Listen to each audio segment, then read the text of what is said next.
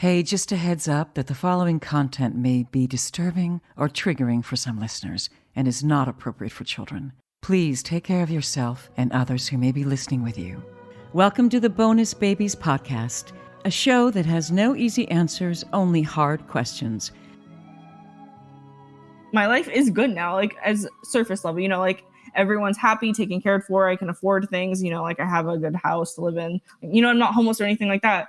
So it's like, people can have the same life, you know what I mean? And like, I know that my life can get better too. Like my life still has a ton of problems, but it's only getting better, And I feel like I can let people know, like, be like, hey, yeah, it's going to be hard, but if this is the path you want to go down, like I want to support you through it and let you know that you're not alone, and that you can do it and that your quality of life is going to be just as good as everyone else's.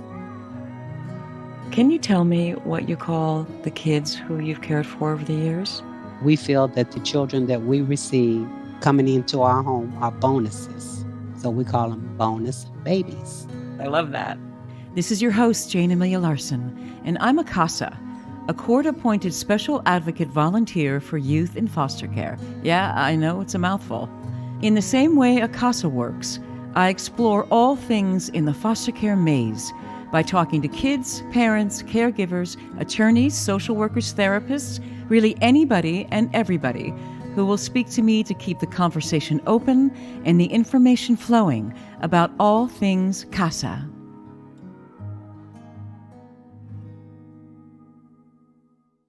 My guest today is just a ball of fire. And what I mean is that she's just go, go, go. She's super passionate, super motivated. She turned her life around after some really rough teenage years, hard, fast teenage years. Now she's in school. She's got a bunch of jobs. She's 19 years old, and she also is raising a 4-year-old kid. Wow. Hi, I'm here with Tamar Sebesta. Tamar, one more time. What is that name? You sound like a goddess. What is that from? What's going on with that? So my parents are a lot of different nationalities. My mom is Persian, Native American, German, and my dad is Austrian, German, and Jewish, Italian. So I come from everywhere. You got it all going on. And I love your mauve hair. Is that mauve, would you say? It's kind of like a silver gray. I change it a lot. I love getting my hair done. I think it reflects my personality. It's beautiful, really beautiful. I wish the listeners could see it, but I'll have a picture of you up with the episode so you can have any hair color you want when that goes up. So exciting. Okay, so tell me a little bit about yourself, about you as a little girl, let's say. I gotta say, as I started to grow up, I realized that I blocked out a lot of my childhood. I don't think about it ever, which I feel like is very unhealthy. My mom, she was a drug addict. She's also bipolar and schizophrenic, drug-induced. And she was basically a huge manipulator, a very big liar, and kind of scarred me so much. I literally cannot remember a lot of my childhood. She caused a lot of problems for our family, which led me to be taken from her when I was in 4th grade. And I remember, like, as I grew up, I started to just disconnect myself from that past until I realized how much it had affected me. I got pregnant at 15. I have a 4-year-old. I was very sexually active very young. I did a lot of drugs very young. I hung out with like 25-year-olds when I was like 13, and I never knew what the problem was because my dad, he's a hardworking guy and he loves me, but he's just has his own trauma. So he just really tried to ignore it. And he basically would say how like she never did anything wrong, just pure denial. So I grew up thinking, oh, this is normal, not realizing that the things I was doing was because of my trauma, and I never dealt with it. So you were living with your mom and your dad, or was your dad out of the picture, or what? Super complicated. So my mom, because she's mentally ill too, she was never on medication. So it was always fluctuating at the household. She would basically run him out of the house all the time. He'd be grabbing his shoes, having to sleep in his van at the beach. He would pay for everything, but she just wouldn't let him in the house because I don't know, like there was nothing going on. But I remember just them scream. It was constant screaming and arguing. She was very physical with him in front of me. She used to do things like harm herself in front of me, like grab hammers and throw them around the house and then call CPS and like call like the cops and trying to say that like it was him. Like I remember this, and it was crazy because before I got taken, I was in and out of court like my whole childhood. Why were you in and out of court? I don't even know. Like my mom had been married before to my dad's friend, and I think that it was her own weird like guilt, you know, or like regret of marrying him, but she would put me in the middle of it, and she would just have me lie about things that he said or do. And I remember like being so little and just being terrified and like having her like scream at me, telling me to write all this stuff for like, you know, a court document paper. And I remember like when I went and read it in court when I was like 8 years old, my dad never like let it go to this day. Like he would say like, I can't believe you lied to me about, like you lied to the court, like you didn't stand up for me. And I'm like, for me, I'm like, I was a child, you know, I was literally brainwashed, and I felt like so unheard by like everyone. And it was definitely like, it was really traumatic. And I remember I went to a private school, and everyone basically would like outcast me because I was the kid that had like the messed up family at home. And when I got taken, one of the families that was at the school with me, I lived with them. And I remember it was just so hard because it was like my personal life was like at the one place that I could escape to. And I like was never escaping it. It was constantly there and everyone knew about it. And it was definitely like, it was rough. Right. So the family, when you were removed from the home, were you removed by CPS, or and then they put you with the neighboring family, or how did that work? So the cops knew our house, like they knew us by name because they were there so often. And that night, my mom had taken drugs in front of me, and I remember she was driving the car, and I told her that I would never love her again. I was like little if she did that, and I didn't even know what it was. Like I just knew it was wrong, and she did it. And I remember after that, like something kind of like changed in me. Like I got so angry and so bitter after that. And the whole night she was driving us around like Costa Mesa, and just kind of like saying how people were after her, how people were chasing her because she was on a schizo trip. And like little me, I didn't know what that was. So I was sitting there like terrified, like crying, screaming. And she actually turned herself into the hospital because she genuinely believed people were after her. So then CPS was called, and they were like, okay, clearly, you know, she's on drugs. So I went to Orangewood, and I honestly don't remember much there. I just remember refusing to eat. I remember how they like checked my body. Like you have to undress and they have to like check for signs of abuse. I remember thinking like, I just felt so dirty for some reason. Right. So what is Orangewood? What is that? Orangewood, it's the transitional housing. So it's in Orange in California, and I stayed there because I was placed. So I never went to a group home, but it's basically where I was. It was the transitional period. So if no one came for me, if no one could get me, then I would go to a group home. So they basically inspected you, and that made you feel ashamed. It did. And I remember thinking, I didn't know what was going on, but I remember they took like all my belongings and like all my clothes. And I felt like a number. You know what I mean? Like when they talk about people in prison, how they're just a number. I like felt like that as a child. Right. So you were 10 years old now at this point? Yeah.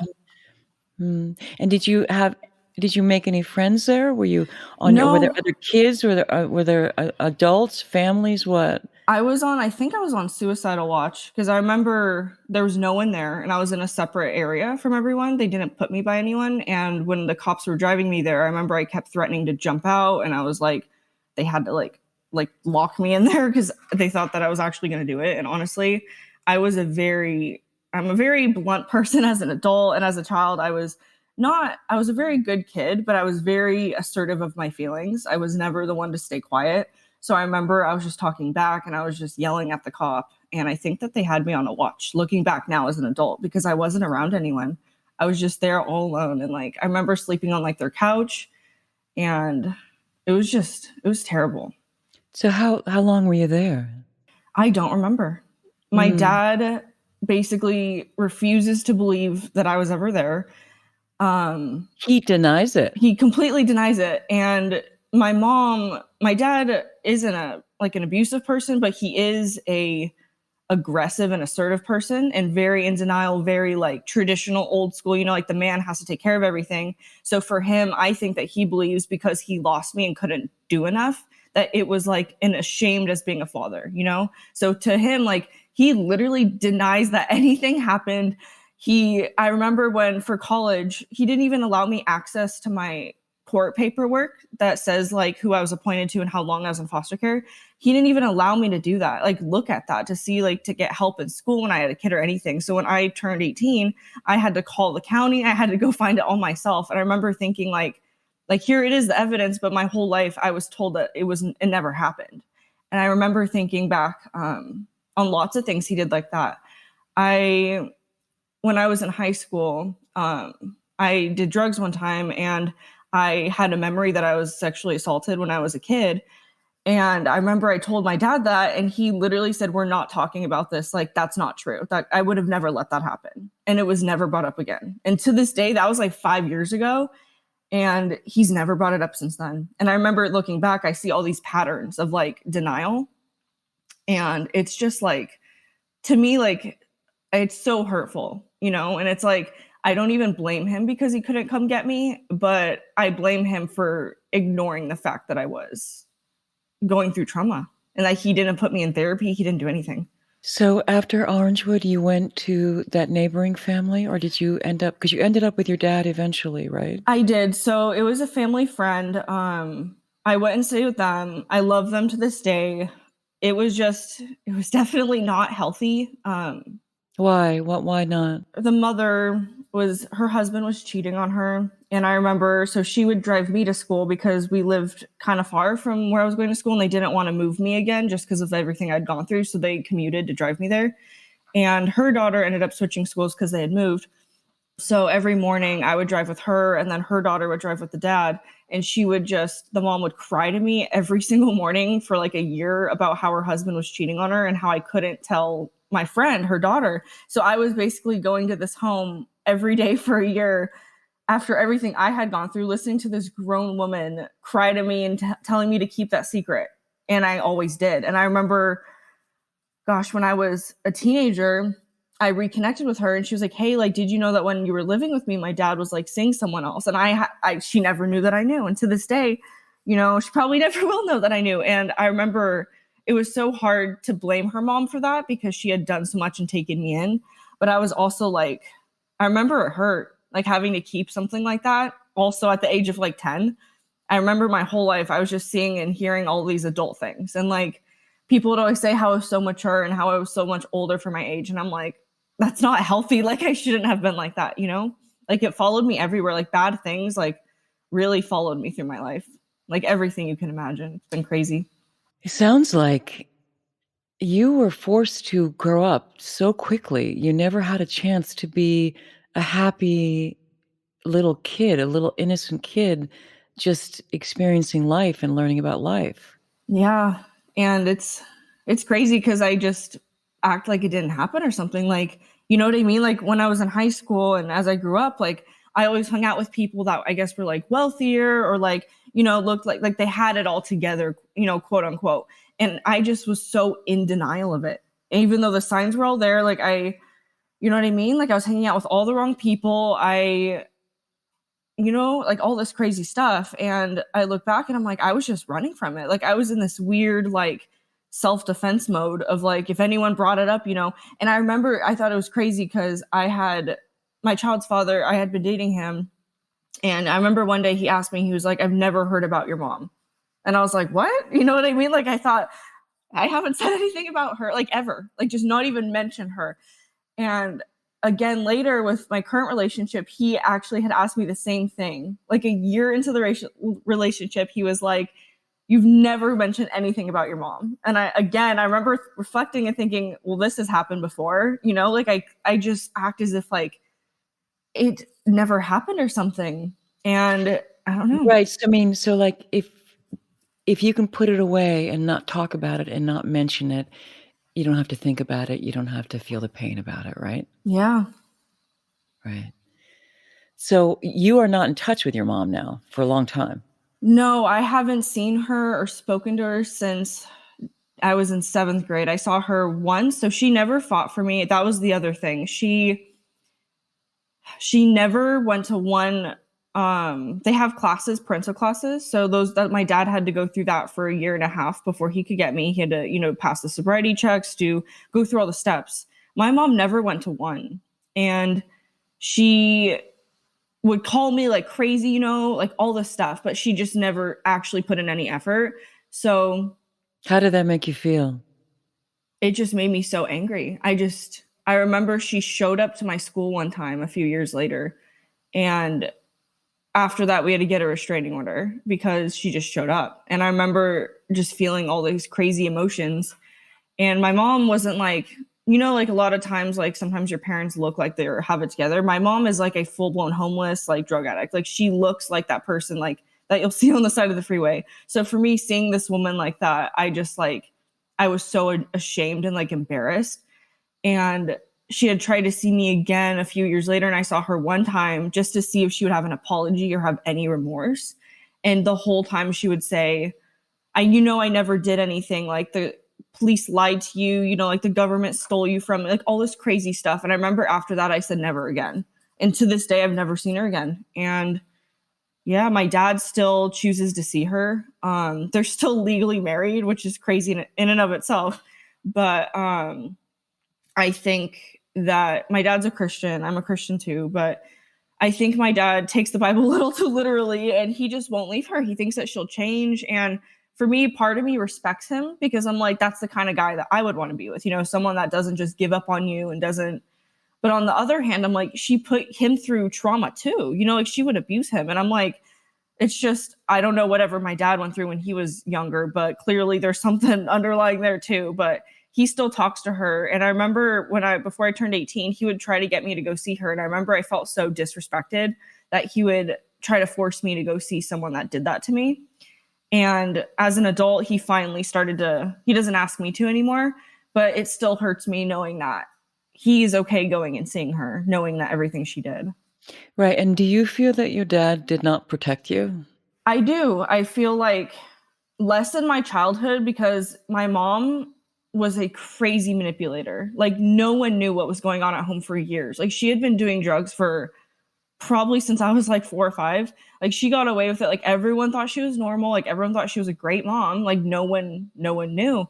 And I remember staying up till like midnight or 1 a.m. watching TV every day. And like she wouldn't like feed me dinner, and she would just be in the backyard smoking on the phone with her friends. And I remember like she had a really big temper. And I think about just how that must have affected my dad too. And I'm like, I don't blame him when I was younger because some things he didn't know. But once she started to get more physical with him, I'm ashamed he didn't do anything. And I'm also a bit ashamed that he did nothing when I was a teenager because I went through a lot of hell through my adolescence, like bad stuff. And he works out of town, you know, and he just couldn't handle it. It would be like, you know, when they say like the last straw, like you just can't handle one more thing happening.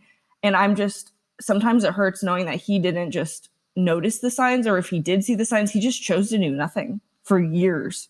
And I was just going through all this stuff. And I think it was a way for me asking for help, and he just didn't do anything. And what's your relationship with him now? It's really rough. Yeah. What's your living situation? I actually live with him. It's better now because he's gone all the time for work. So he's gone like Monday through Friday. And on the weekends, I usually take my son out, you know, or he'll be with his dad and I'll be gone, just kind of like avoiding, you know what I mean? He has a great relationship with my son, but not with me. It's definitely, we don't do family stuff. We don't really, like, we'll have sit down dinners when he's home to kind of catch up, but it's constant arguing. And I feel just angry at him for no reason. Like he'll, you know, not put a dish away and I'll just explode on him. And I think it's all this built up resentment that I have because like my boyfriend, he sees it and he'll be like, why are you like, you know, so angry? Like, it's over nothing. You know what I mean? And I'm like, I just feel right. But not really nothing because it's like years of stuff, right? Exactly. So for me, I'm trying to leave the situation. I think that our relationship will be able to grow once I'm gone. But being so young and having a kid nowadays, it's, you know, in California, it's like impossible. I'm just trying to get myself on my feet so I can do that. But right. So what happened when you were 15, you got pregnant and you decided to keep the baby? I did. So I was sexually active very young. Like how young?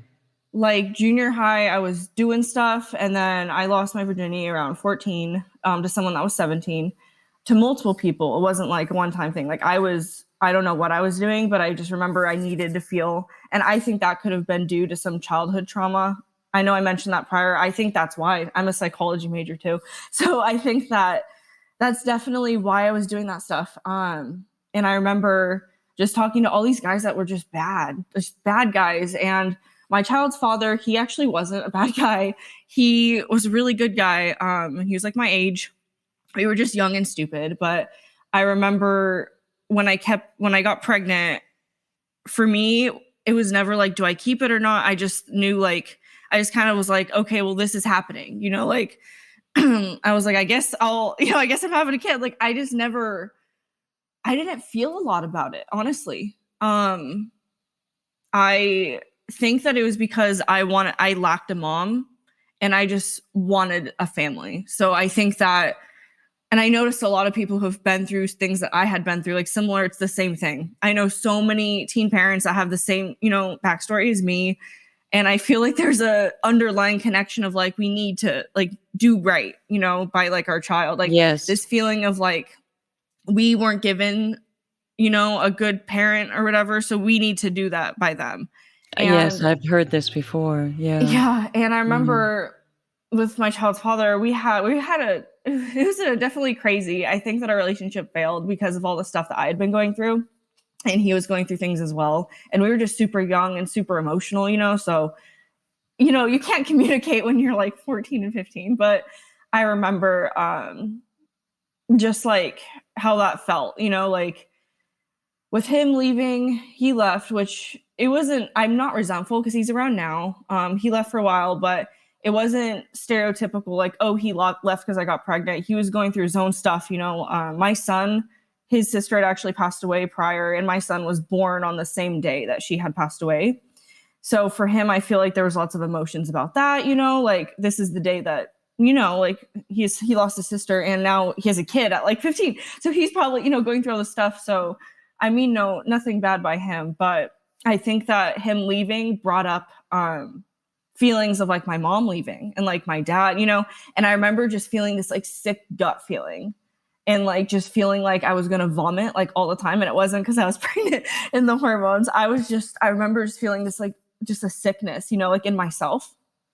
And when I had my son, I started to heal and I've been healing. I've still had my hard times, after having him, definitely. But the past couple years since graduating high school, since I've been able to just really grow in myself and see who I am as a person, I've been able to face like the stuff I've gone through and like be a better person. And that reflects on my parenting, obviously. Yeah.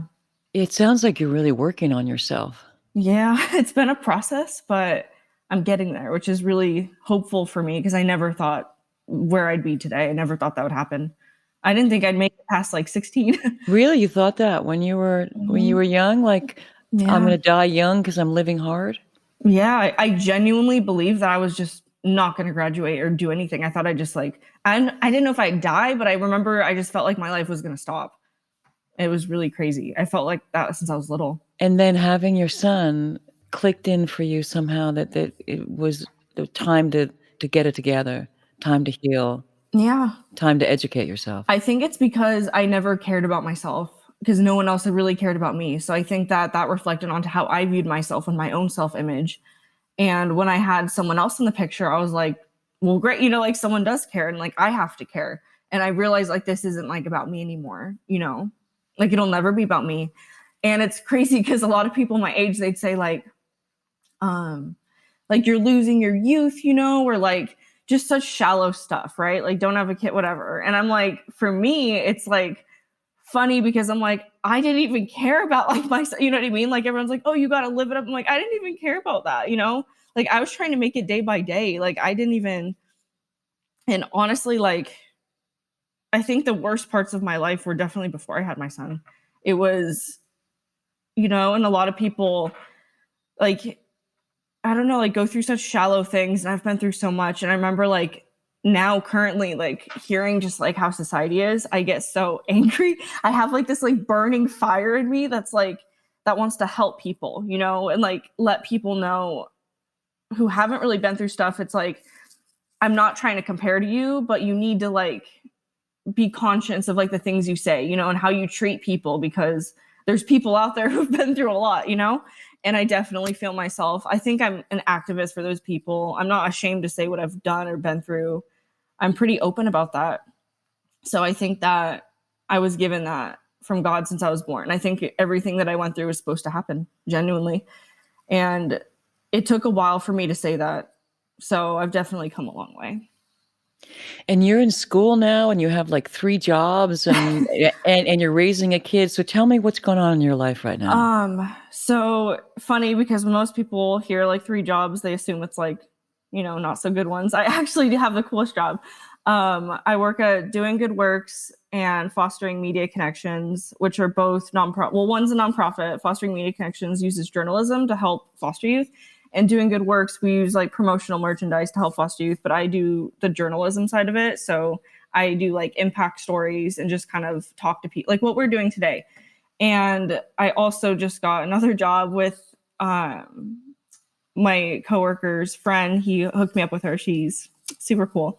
And she does like health and wellness, like fitness studios and stuff. So I'm kind of just interning there to see like what she's all about. So I have really cool jobs. I love all of them. You do. You have like, you're doing really, really good, cool stuff. Yeah, I definitely love it. And in college, I'm getting 3 associates. I'm planning on transferring. So I'm getting one in psych, communications, political science, and then a liberal arts degree. I don't even know. It just kind of happened. So technically 4, but I'm planning on transferring next year. I'm in like honor societies. I was on the speech and debate team. So I was pretty active on campus. And I remember I never thought I'd be that person. Like, you know, like I thought I was like the cool kid in high school and junior high, you know, like I was hanging out with the older people, like smoking weed, I don't know, doing drugs, whatever, like never involving myself, you know, not going to pep rallies, like ditching school, you know what I mean? Like the whole thing. And now I'm like looking at myself and I'm like, oh my gosh, like I've come so far, you know, and I'm genuinely like happy. Like I used to make fun of these kids that like did this stuff. And like now I am that person, but I remember it was what I was always supposed to be doing. And when I was younger, I loved writing. I was always the writer. And now I'm being able to actually write things and like do it for work. So it's super cool. It's so good to hear this because you do seem, you know, I've heard a lot of pain in your story, but I'm looking at you and hearing you and I see incredible joy and accomplishment and pride in yourself. Yeah, definitely. It took a lot. I just remember I kept pushing and I was like, I'm going to get this done, you know? And that's kind of how my personality trait, it's very stubborn. I'm the person that's like, if I'm going to do it, I'm going to do it, you know? Like I got pregnant. I was like, I'm going to have this kid and it's going to work out, period, you know? And then I was like, I'm going to finish high school on time, which I did, period, you know? Like I'm going to go to college and I'm going to do everything that I want to do, end of story. And I've just kind of kept that momentum, like with everything. And I noticed as I've been doing that, I've just been beating every odd that's been against me without even realizing it. Like I view it as normal now, you know, like sometimes I'll sit back and I remember I had another podcast that I had done previously a few months ago. You are amazing. I just gotta say you're amazing. Okay. All right. I'm sorry. Continue. I remember I did a podcast a few months ago and my best friend, she was the one, her family has been there for me more than anyone. Since I was pregnant, they were the ones who helped me with everything. So she's like my sister. I've known her since I was like 5. So I remember I was talking to her and she knows everything, you know, like she's been through it with me. And I was like, I don't know what I'm going to say on this podcast because I've never been through anything. And she like looked at me and she was like, dude, and she just like, her face was just like, you're kidding, right? And I remember like, I've always wanted to speak about it, but I've never known the right things to say, you know? I've always wanted to share my story and I have so much more to say. Like, I just have tons of stories, you know, that could do a lot of good for some people. I feel like I've been through a little bit of like everything, you know, like a little, like if you grab every single spice and like put it into a big pot, like I haven't had all of the sugar or all of the cinnamon or whatever. I've had like a little sprinkle of everything. So some pretty good life advice. And I remember just thinking like, I don't want to say the wrong things to these people, you know, like this is my one chance. Like, I don't want to screw it up. And she just looked at me and she's like, you're ridiculous. Because like I had said that about myself. And it's crazy because that's how far I've come in such a short amount of time and being so young. Like I'm at that point already where I'm like, you know, like I'm kind of healed. Like I'm not completely healed, but I'm like almost there, you know? And I think it's because I had drawn out the process of all the bad stuff for so long that, you know, when like they say you're dating someone and you kind of get over it during the relationship. So when you break up, it's just done. That's kind of how my healing process has been, because I've been kind of healing a little bit along the way. So now that I'm actually ready to accept everything and to reflect on it, I've been able to heal a lot faster. And you feel a certain amount of peace with that too. I do. It's definitely hard, but I feel like myself again, which is something I didn't even know who I was when I was little, but I still had some reflections of who I was. And I feel like I didn't even know who that was, like as I was growing up. Just right. So actually you feel like you are yourself now. You didn't have a chance to be yourself when you were little or when you were an adolescent, but you can be yourself now. Pretty much, yeah. It's definitely has some roads, you know, but I feel like I'm able to actually think about like for once in my life, it's quiet and I can actually think about like, what do I enjoy doing? You know, like I know who I am. Now I'm like, what do I want to do with that? So now I'm kind of at that point in my process where I know like what I'm about and like what I should be doing, but I'm like, how do I make that happen?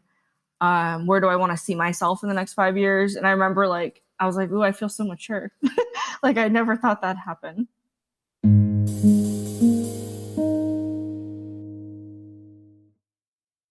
And what's your relationship now with the man in your life? We have a really good relationship. I think it's the first normal one I've ever had. It has brought me a lot of peace, and he has been there. It's crazy because he hasn't seen how I used to be, you know? So he has this image of like somewhat like he always jokes and he'll be like, I just can't see you like that, you know, like not in a bad way, but in like, I just can't imagine it, you know?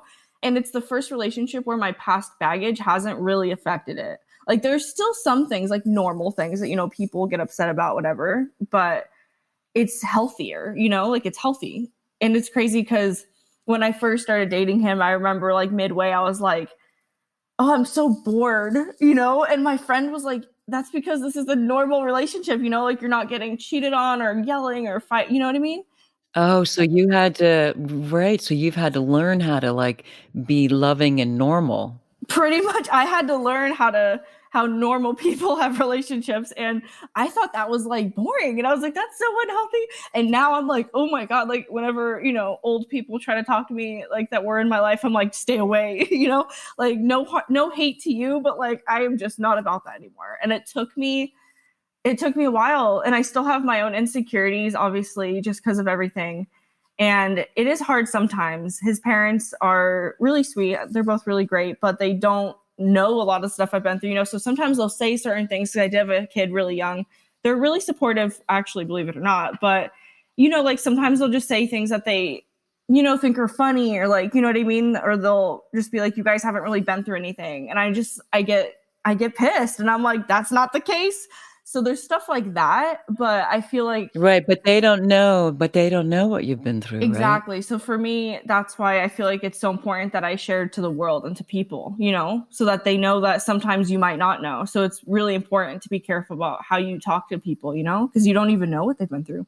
So that's kind of where I've found myself because of them. I'm like, oh my gosh, there's so many other people like that, you know, like by looking at me, you wouldn't exactly expect all of it, especially how I usually like present myself. I present myself as, you know, like pretty professional on most days. So I feel like, you know, people don't know. And it's important to know that because you don't want to judge people for things like that because people are going through their own stuff, you know, like people are just trying to go day by day. And imagine like what you said, like, you know, can really break them. So I feel like it's important that people know that.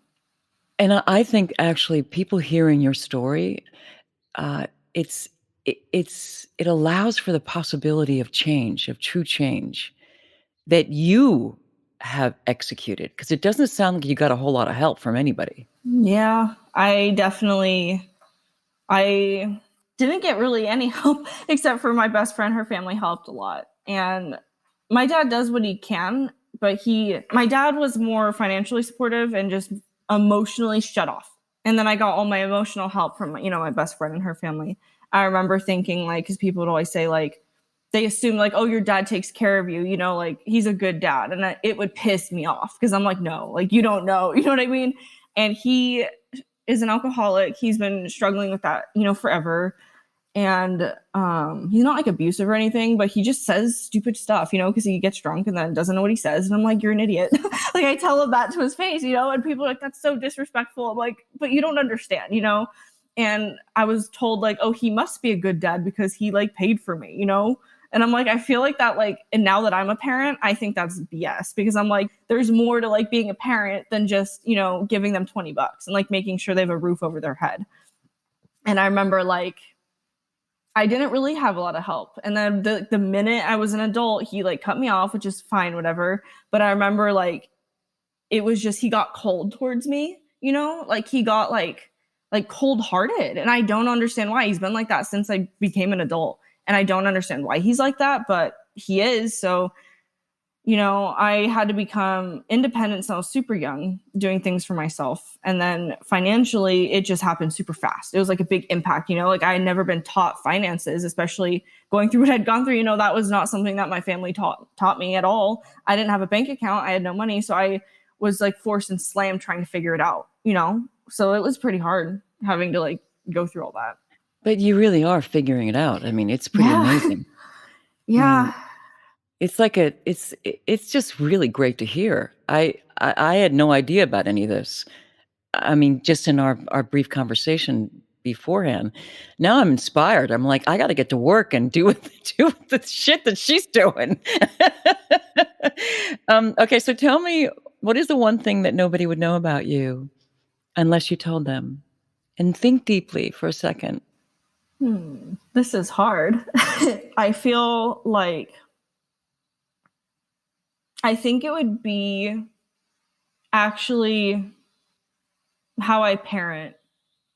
I feel like because I look like I have it all together, people assume, especially nowadays, like, like the people that have me on social media and all that there's nothing, like, I don't have any problems, like people are just constantly saying how, like, I'm a success story, and how I'm so inspirational, which is good. I'm not saying that's bad, but I hear it so much now.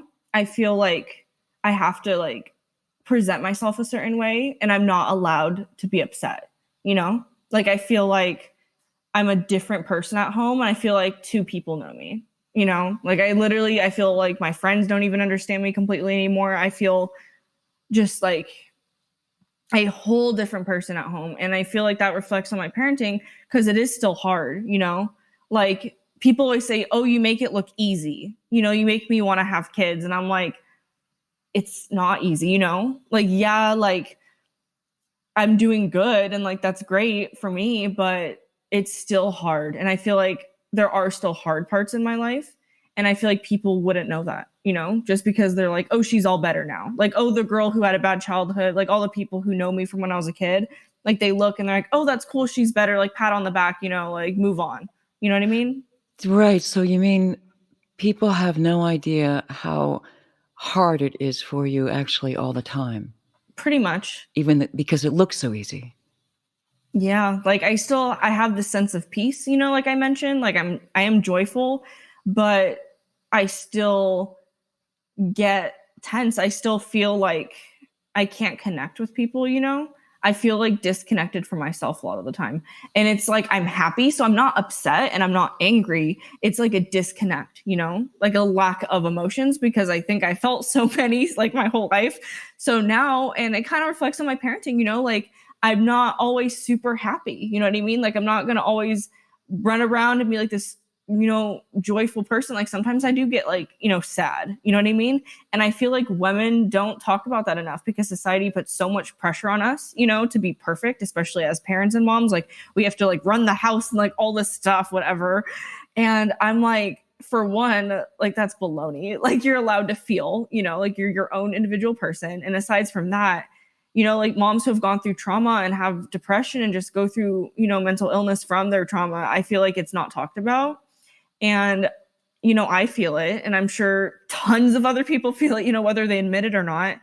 And I think that that's definitely something people wouldn't expect. I think it's really important for people to hear this, especially from you, Tamar. The people who know you and also the people who don't know you, when they hear this frank truth, I think it's really important. Life is not easy, even if it looks like someone's life is easy. It really almost never is. Yeah. I remember a lot of times throughout when I was younger, my childhood and adolescence, people would always say stuff like that, they'd be like people would actually tell me I had it easy, like new friends, you know what I mean? Because I didn't talk about anything. Like I literally, I could know someone for years and not once will they know anything personal about me. Right. And people would be like, you have it easy, or like, you haven't gone through anything. And I'm like, I remember thinking like, okay, like this is insane. And like, you don't know. And literally, I'm like, there's a little, I'm like, you were messing with the wrong person right now. But like, I remember how I went to this class. It was like, I don't even know what it was. I think it was like a sex trauma class, like a Bible study, but it was like focused in on like fixing your trauma, right? With like sexual behaviors, whatever. My best friend's family, they were like, oh, you should go, whatever. And they like didn't tell me really what it was. And they brought my best friend with me because, emotional support, whatever. So I remember I went in there and we were the only young people, right? Like it's all these like 40-year-old women. And then there's like me and my best friend at like 17. And I remember someone in there had shared something that was really terrible, right? And how me and her, like, we deal with our trauma by like laughing, you know what I mean? And we, I swear to you, like, it was uncontrollable. And we were like 17, and that's just like we would make jokes about terrible things, like really dark humor, right? Me and my best friend. And then we'd laugh it off. And that's how I dealt with my trauma, like my whole life. Like I didn't want to like actually feel anything about it. So that's how I express myself. And now I don't do that because I'm like, an adult, but like, I did that when I was younger.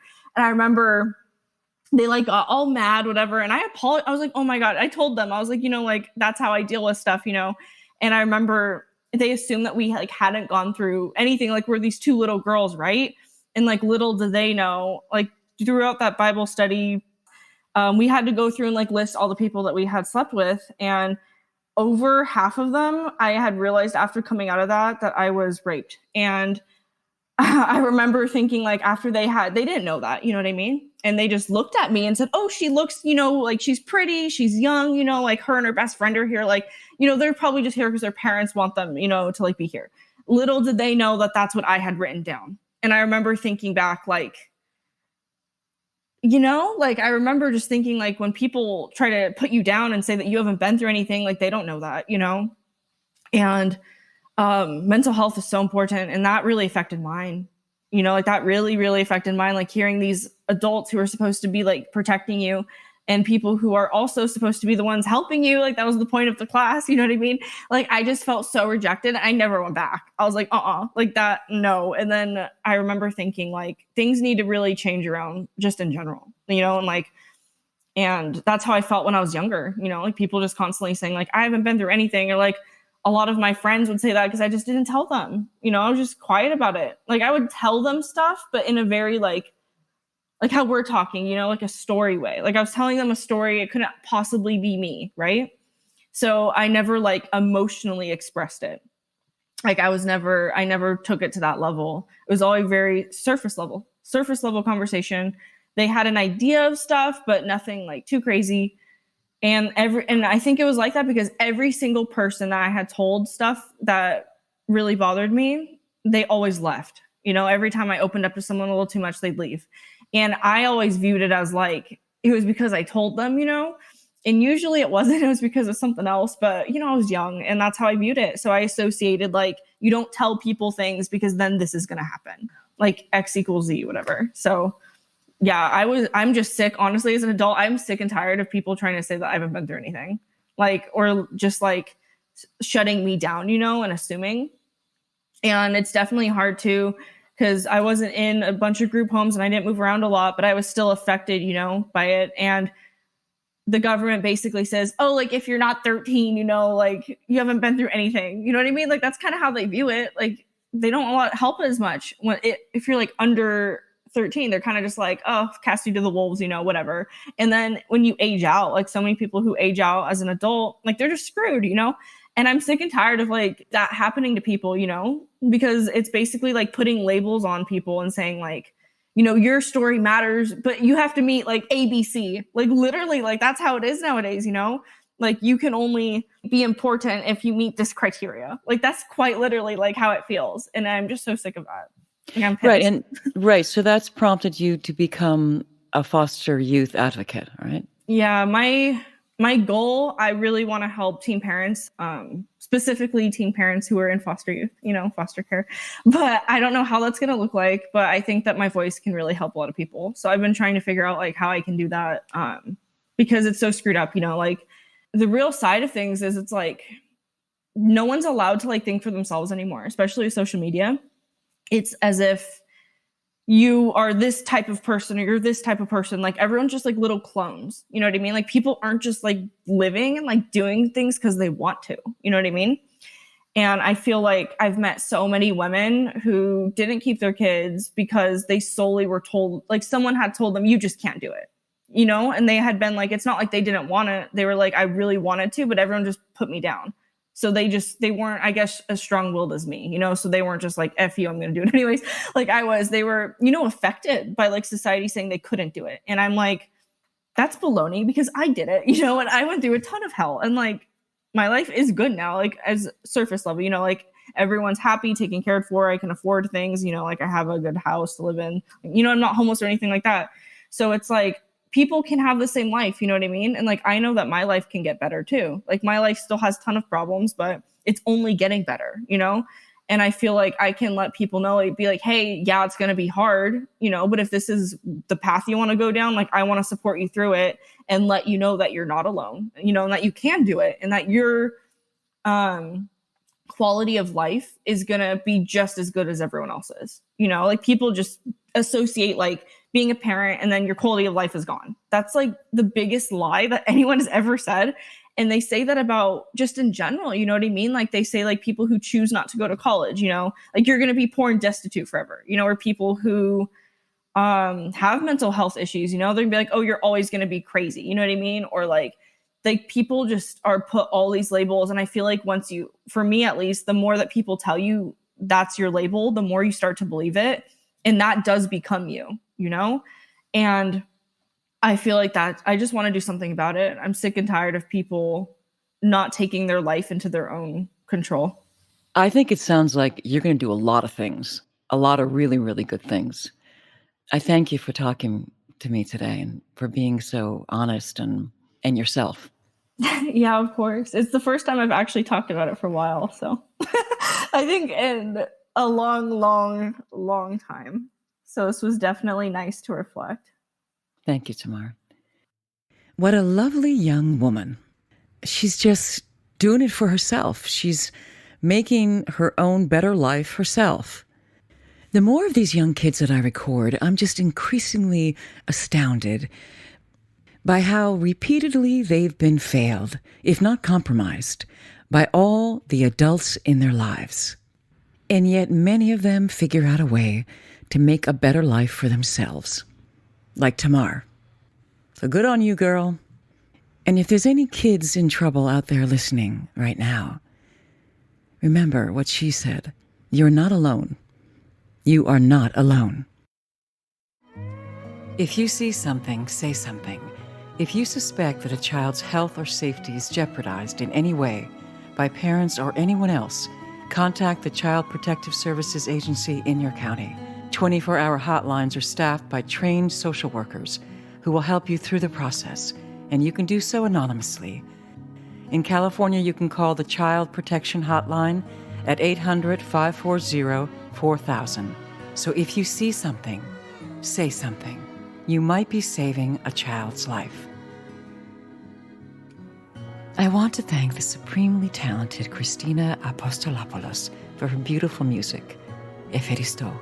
To hear more from music, go to Spotify and Instagram at Christina Aposto. That's ChristianaAposto. I know you want to. Her stuff is really great. And thanks to my audio producer extraordinaire, Marcos Campito. I'm glad I found you. Thanks for listening, and if you like what you hear, please rate us and hit subscribe.